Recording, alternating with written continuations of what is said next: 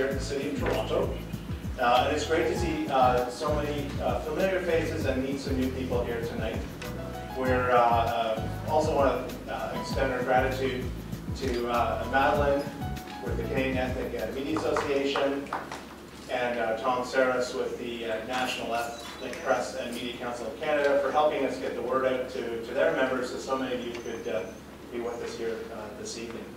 This year we have 476 candidates, 40 for mayor, 279 for councillor, and 157 trustee candidates for the 4 school board districts, of which 2 positions were acclaimed for the Conseil scolaire du district catholique Centre-Sud. As the city clerk, it is my job to ensure that the election is administered in accordance with provincial law, and to ensure that the election is run in an accessible manner to all voters and candidates. With respect to some of the significant changes to the legislation, one of the most significant is that eligible electors voting in the 2010 election are now going to be required to show identification. The acceptable identification is prescribed in a new regulation, and is going to require that electors show either one piece of personal identification that shows their name, signature, and Toronto address, or a combination of 2 pieces of identification, the first piece showing the name and signature, and the second piece the name and Toronto address. A complete list of the acceptable pieces of ID is available on our website, in our How to Vote booklet, and at each voting station.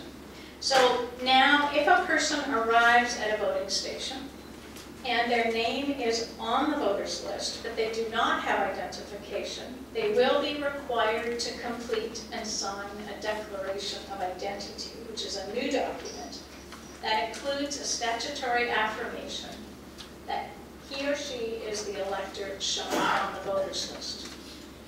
If an elector is not on the voters list, they must provide identification before they can be added to the list and issued a ballot. We do encourage people to find out if they are on the voters list or to update their information on the list if it's changed. To do this, they simply need to call 311. Callers can get assistance in over 180 languages through 311's translation services. We are now required to ensure that all voting places are accessible to electors with disabilities. So in the last couple of weeks, our staff have inspected each location and reported back. For those locations that are not fully accessible, and where we can, we are installing ramps. Election officials will also be located at entrances to voting stations where there are no push buttons available to assist electors. Our election accessibility plan, which is also on our website, addresses the needs of electors with various disabilities. We will also have available voting technology that will enable electors with disabilities to vote privately and independently. And we will have these mechanisms available both at all advanced voting opportunities and at some of the locations in each ward on election day itself. You can vote in the City of Toronto municipal election if you are a Canadian citizen, at least 18 years old, a resident of the City of Toronto, or a non-resident owner or tenant of land in the city, or their spouse. But you can only vote once in a City of Toronto election, regardless of how many properties you own or rent within the city. If you live in the city and you own or rent more than one property, you must vote where you reside. You cannot vote in each location where you own property. This year we have 8 advanced voting opportunities. The details are in your kits, but let me give you a quick overview. All advanced voting places will be open from 10 a.m. to 6 p.m. Everyone who is eligible to vote can take advantage of these early opportunities, and they do not need to give anyone a reason to vote early. Throughout the weekday advance vote, which starts October the 5th and runs through the 6th, 7th, 8th, 12th, and 13th, electors can vote at any of the 6 locations regardless of where they live.